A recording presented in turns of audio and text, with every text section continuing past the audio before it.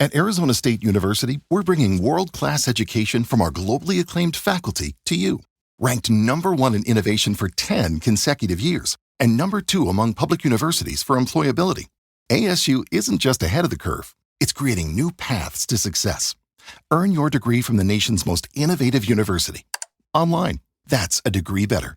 Explore more than 300 undergraduate, graduate, and certificate programs at asuonline.asu.edu. If you love entertainment, current events, and Hollywood, don't miss Creator to Creators, hosted by the filmmaker Meosha, known for the Shudder hit documentary Horror Noir and the acclaimed film Anatomy of an Anti-Hero, Redemption. This show features interviews with filmmakers and creatives from around the globe. Join the fun with guest celebrities and gain valuable insights. Subscribe now and follow Creator to Creators. Hi guys, welcome to another episode of Creators to Creators. Today we have a special guest. Shalom, shalom. This is Krueshef. Don't know. TNTM Records. Welcome. Thank you for coming on. I'm just like I'm ecstatic to talk to you. I loved your song, by the way. I bumped it and I played it and I was like, wow, it just gets you in a good mood. You feel good. You feel like you can just go out and do anything in the world. Like That's right. Positive, But for me, I love always going back to the beginning. I always say the beginning kind of charts our trajectory in life. So like, when we're kids, the things that we like pick up, our little habits along the way kind of follow us along into our adulthood. But so tell me a little bit about your childhood. What was that like? And kind of how did you find your way into music? Man, but my childhood, man. Oh, going back. Yeah, way back. So, way back. So I grew up in St. Croix, U.S. Virgin Islands. Back then it was, I was living with my mom and dad's, like 7 of us, and so life was kind of rough. Used to, stay in the islands, and we grew up on a farm. So, we had everything like how everybody else had, you know what I mean? We had like a house and stuff like that. We used to I lived in a shack. So it was, it was some crazy family issues going on too. And that's how we got in the shack. Till my mom told me everything. But it was rough, grew up in the island back then. It was a lot of violence, a lot of crime, a lot of gang, and I grew up on the west side of the island. So, for me, it's like I got almost caught up into that mix, trying to help out, family and trying to be tough, because it's like you can't be a chump in St. Croix because they'll take advantage of you back then. It was more of you got to be hardcore, And so my childhood it was basically I fight a lot. And, my dad, he sort of bring me into boxing. Okay. And so the boxing is what kind of really helped me stay focused in school and not get into fights all the time, and not join the guys on the corner and trying to do stuff. So I think being in that boxing element and growing up there in St. Croix, and then when I went to like middle school, that's when I fall in love with music. I heard a Bounty Killer track, and when I heard the Bounty Killer track, Ben Zanbima, I said, "Wow, I could do this. I sound just like him." And my teacher and everybody was like, "What? You sound like Bounty? Okay, let's make a bet. If you do a song, come in class tomorrow and you perform it in front of everyone, and we'll see how you do, and we'll be the judge." So I said, "Okay, bet." So I went home, write a song that same day, came back in the next day, did the song, and they was like blown away. They couldn't believe it. They said, "What? How do you have that deep voice at that young age?" I was only like 12 years old. Wow. 12 years old. That's amazing. Yeah, man. And from that point on, I loved it. You know what I'm saying? But, with all the St. Croix, growing up in St. Croix, even though I've grew up in the hood and stuff like that, it has some good things. I remember walking bare feet, riding my horses, and, just kicking it with my friends and eating some mangoes and going to the beach. And, that to me was a good part of life. Yeah, So, that sounds lovely. Yeah, That sounds really lovely. Mangoes, riding horses, that sounds like a good day. mm-hmm. So, That's right. so how, like, So you didn't get in the gangs because of the boxing, which is great. That- So how That's long were right. you doing boxing for? Were you doing it professionally? Did you turn professional in it or? Oh yeah. I've been boxing. My dad had me training since I was like 5 years old. Oh, And so my first fight was at 12 years old, wow. and I was the Caribbean champion at 15 years old. Never lost a fight. Represented the USVI Wow. twice in the Caribbean Carver Games. I've won that twice. Came to New York City, became the New York City Golden Gloves champion. Went to Wow. Colorado, became the Colorado Golden Gloves champion, state champion, regional champion, and then the national champion for the whole USA. And that was I was ranked number 2 in the USA as an amateur. And then I got to participate in the Olympics as an alternate for USA Olympic team in 2004. And Wow. so in boxing, I was a beast, man. I was tearing them up as an amateur. That's awesome. Wow, Yeah, that's man. cool. Yeah, Yeah, man. I know a little bit about boxing. I actually, but one of my first before I got into film, my professional first professional gig was working with Roy Jones Jr. Working and shooting a lot of his music videos, and I Nice. got to train with him in the boxing ring for like about two, like, well, not just like actually try to do boxing for like I just got to do it because I worked for him for 2 years, and yeah, he's just like, it's like it's just crazy the skill set that it takes to do what you're doing. Like boxing is, it's a really intricate, um, insane and intense kind of sport because you're hitting, your face and your Yeah, body's getting taking hits. So good true. that you don't do that anymore. Yeah, no. so so I did that. I did that for like a couple of years, and then I turned professional too. I Wow, turned pro.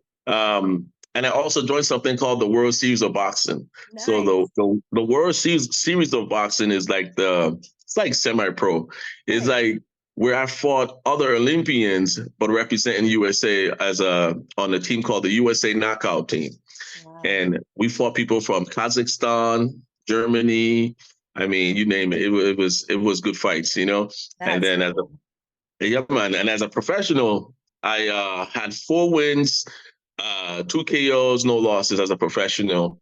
Um, and the reason why I stopped was because I got injured in the military Oh, when I joined the military, and so my back continued to bother me as I was trying to do my boxing, and you know, I just came to a point where I was like, man, I can't do this no more. My back is just hurting me too much, and it takes a lot of dedication and a lot of training and focus and discipline to be a champion. And if definitely. I'm handicapped trying to fight, it makes it even more difficult, you know? I can only And imagine. I can only imagine. yeah. Yeah. And so at my last fight, even though I had the injury from the Olympics time frame all the way up until like 2015 when I stopped. And I fought with it. I was like, yeah, I'm a warrior. But then, somebody wise said, you know what? But what's the sense of you getting up there and then you can't walk? Yeah. Yes. And then I said, you know Absolutely. what? That's right. I Absolutely. mean, Like it puts everything into perspective, right? You're like, oh yeah, mhm. I definitely want to keep walking. Correct, exactly. I was like, you know what? Okay, and let me just stop boxing right now and leave it alone. Yeah, I so love it. I that's love it. why. Really quick, this is, and we're gonna get back on topic of you, I promise. Side note, do you feel like Tyson's gonna beat this guy he's gonna be fighting soon? I think it's Jake Paul or something like that. Oh, Jake Paul, yeah, man, Tyson's gonna beat that dude. You think I'm so? so I'm scared for Jake Paul, man. I know Tyson is older guy, and I know they said that I'm a boxer, so I know how boxing is. One thing about boxing, you don't lose your power in Mm. boxing. Okay. You actually get stronger if you're continuing to train. You Mhm. actually get stronger. So the only thing Jake Paul have over Tyson will be speed. Okay. So if Jake Paul can continue if he can jump on his bike, keep his speed going, tire him out, I say Jake Paul actually have a chance. But we talking about Mike Tyson here. Mike Tyson he's a beast. He's a legend. Yeah. Like the legend. He's a legend. Yeah. So I don't think that Jake Paul has a chance. I don't think so.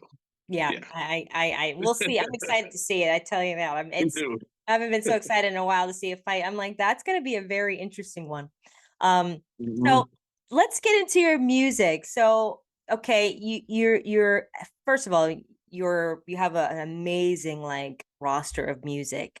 I love the new your new song that you just released. First of all, it's so positive, and I think that's the kind of music we need now because it's like, Yeah. nowadays there's so much going on in the world. There's so much sorrow, so much hate, so much pain. When you look at the news, it's just sad.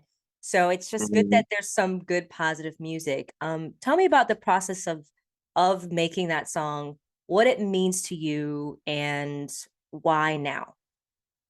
For sure. The reason why I made Greatness and Remix, to me, it was like there's so much bad stuff going on in the world, and I feel like a lot of people need some reminders, just to remind them about some positivity, about some goodness, because every time I turn on dancehall, it was more I'm hearing a lot of music that doesn't resonate with my soul. It was more slackness. You know what I'm Mhm. saying? It's partying but not just partying, but a different type of party.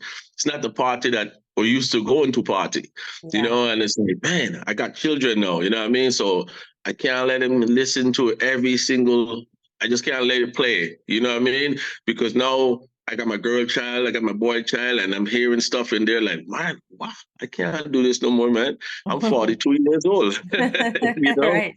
So Right. I want to make some music that I think the families can listen to and enjoy, no matter if they have a boy or a son or daughter, they can come on to Krueshef music and hear something positive, Yeah. uplifting, and spiritual for the soul too. With our message, trying to educate them and tell them like, yo, you are born with the greatness, no matter where you come from, no matter, what I'm saying, if you grew up poor, no matter if you grew up rich, it's something that's inside of you that Mhm. you have to believe that you're born with that greatness from the Most High, you I know? love that. Yeah. And that's so true. We are born with that greatness.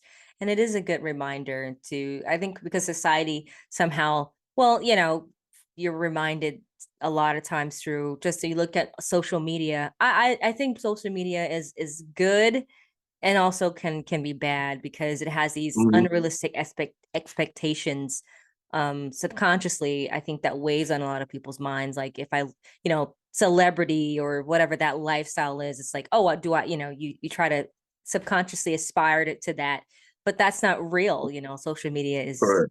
not real. Correct. So True. you True. know True. True. I True. think So far. people just put Facts. the best photo online and not what Mhm. the things that the really hard work that we don't see. We just put Yeah. the highlights.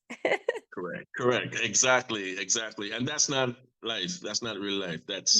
You know, that's just a glimpse in your experience Right. of life. Right. Do So. you feel like music is changing for the better and also in favor of the artist, because now, with AI's come and made it possible for people to put their music out even further versus you know um having a manager and a someone else to do it, and like how it used to be back in the day, like essentially you can make music in your basement. Things are completely different now. Yeah, I think music is to me. Be honest with you, I feel like music was going to me down a path, like almost to me a dark path from what I remember how music was.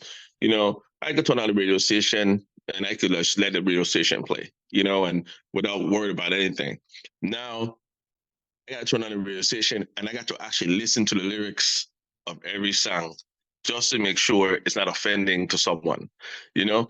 And I feel like that's where we got to clean up music.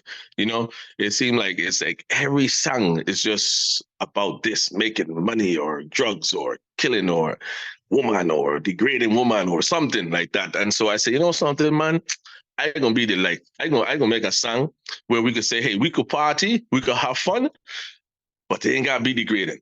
You know Yeah. what I'm saying?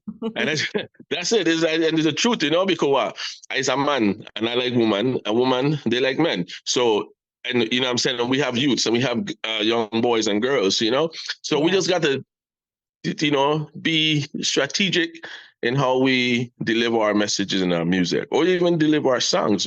We could party, you can have club songs, party songs, all that's fun.